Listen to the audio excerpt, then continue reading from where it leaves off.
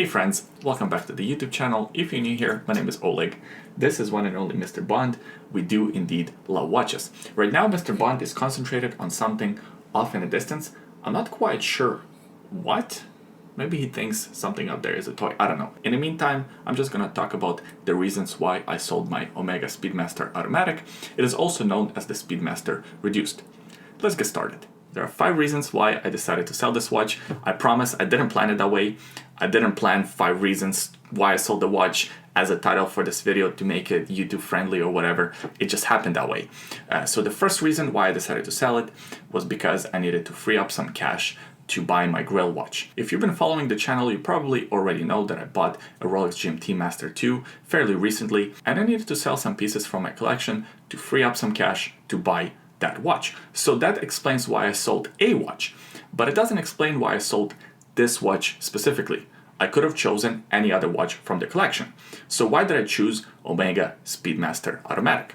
Well, that brings us to the second reason, and that was the appreciation on the watch. I bought this watch about 2 years ago and I paid a very reasonable price for it. I believe I paid about 2,000 Canadian dollars, which is a great price. It came with the box, papers, all the spare links, and the watch itself was in a mint condition. So I lucked out with this purchase, and I like to say that you really make money on watches, or if you do make money on watches, when you buy, not when you sell, because you can't control the appreciation, but you can control how much you pay for the watch.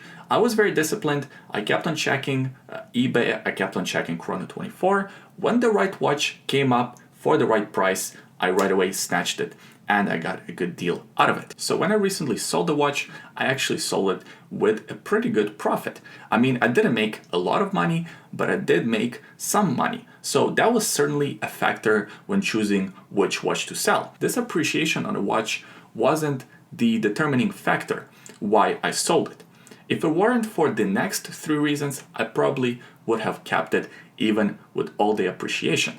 Which brings us to the reason number 3. The servicing of this watch. Omega Speedmaster Reduced has what's called a modular chronograph movement, meaning they took a regular automatic movement and they added a chronograph module on top of it. That's why the pushers on the side are on different level than the crown. They're slightly higher because the movement is modular. Modular chronograph movements aren't inherently worse than native chronograph movements, but they are much harder to service. Because modular movements are more complicated, they have more moving parts, and they're more rare, not every watchmaker would even attempt to service this watch. For example, one of the very well-known watchmakers in Vancouver, Norbert, also known as the German watchmaker, wouldn't even attempt to service this watch. So I had to get servicing quotes from a few different places, and I got quotes anywhere between 750 to 850 Canadian dollars, which is a pretty good percentage of how much I paid for this watch.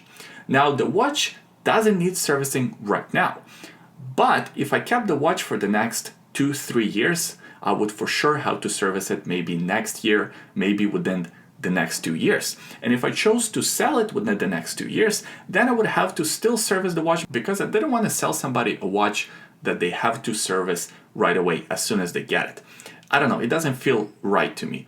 So if I didn't sell the watch right now, I would probably have to service it either way, whether I'm going to keep it or whether I was going to sell it in the next couple of years.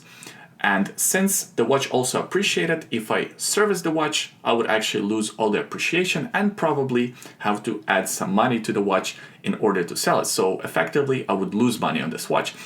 Not the end of the world, but now was kind of a good window for selling this watch, and it was very specific to my situation. However, if I was to keep the watch, then the servicing wouldn't be a big deal. It just comes with the territory. If you buy one of these watches, you know what you're getting yourself into, and you do have to service them. So if it weren't for the next 2 reasons, I would have kept the watch. So what are the next 2 reasons? Well, the first reason is the size and wearability of the watch. That's the reason number 4 why I sold it.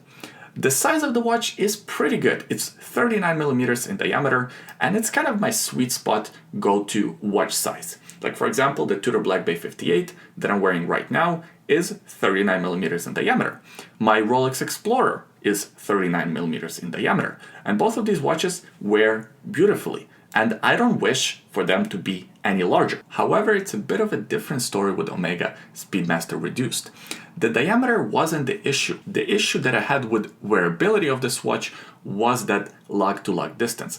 It's quite short, and on my size of a wrist, on my shape of a wrist, it just looked a little undersized.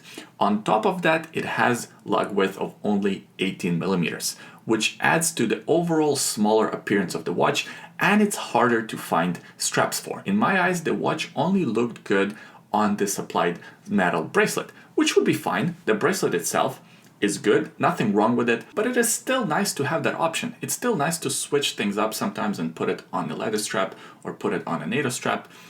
With this one, it didn't look right. And even on the metal bracelet, it still appeared a little bit too thin on my wrist.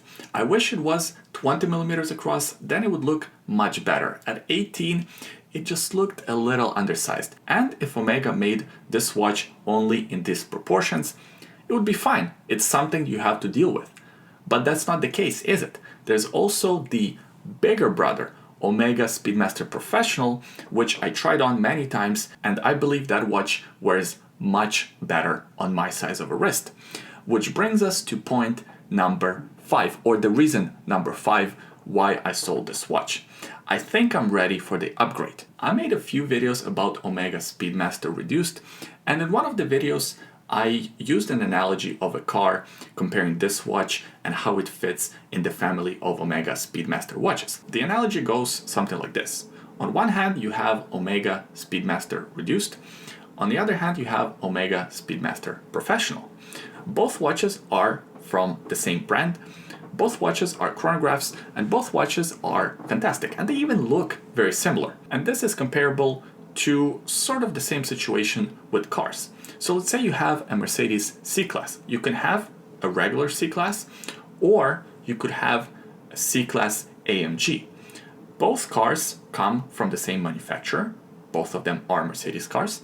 Both of them are the same class, just like Omega Speedmaster. Both are made by Omega, and both of them are the same model, Speedmaster. However, the engine powering each car, or the movement in each watch, is different, as well as the styling in the body is different. The AMG class is more aggressive, it's more sporty, it's more expensive, and it's the same thing with the watches. The Professional is larger, some people might say better looking, and it's kind of the watch that everybody knows or thinks of when they think about the Speedmaster. They don't picture Reduced, they picture the Professional. Just like when people talk about Mercedes, they don't look at the base model, they think about the AMG, the more powerful, fully loaded models. So that's kind of the comparison that I like to draw between Speedmaster Professional and Reduced and cars. So coming back to this watch, when I bought it 2 years ago, it was totally fine. It was everything that I wanted in a watch. But now, almost 2 years later, I think I'm ready to upgrade, to graduate to that Mercedes C-Class AMG, or in this case, that Omega Speedmaster Professional. But maybe it's not gonna be a Mercedes AMG. Maybe it's gonna be a BMW M-Class or something like that. So in this case, maybe it's not gonna be a Speedmaster Professional, maybe it's gonna be a Zenith El Primero, or something like that. I do want to add a cool chronograph to my collection. So to bring this point home, I just felt like the Omega Speedmaster Reduced wasn't going to be the watch that's going to stay in my collection for the next 5 years or so. So I decided to sell it for all the reasons that I mentioned, and to experiment with some other chronograph watches and find that perfect chronograph that fits me, that fits my personality, my preference, and my collection better than the Omega Speedmaster Reduced. Who knows, maybe in a few years' time, I'm gonna come back to that chronograph and I'm gonna say, hey, that was the best one. That was the right choice. Maybe not. Maybe El Primero is the right choice. Or maybe the Phi 21 El Primero Zenith is the right choice. Or maybe the Speedmaster Professional. Or maybe one of the variations on the Speedmaster Professional. I don't know, but I'm excited to try out new watches. This video is not meant to convince you to buy or sell any specific watches. Of course it's not. It's just my take and my reasons why I decided to sell this watch, and hopefully you found it helpful. I appreciate you watching this video until the end. Please give it a thumbs up if you enjoyed it, subscribe to the YouTube channel, we release new videos every week, and leave a comment in the comment section below. Let me know which way are you leaning with your watch collections. Are you a Breitling Navitimer type? Are you a Zenith El Primero type, Speedmaster Professional, Speedmaster Reduced, or just no chronographs? Leave your thoughts in the comment section below. I always enjoy reading them.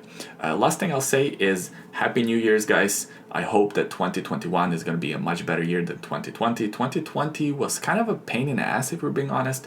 So I really wish you all the best in 2021. Health, happiness, and success. Stay safe out there, and let's see what 2021 will bring us. On my wrist today, I'm wearing my Tudor Black Bay 58.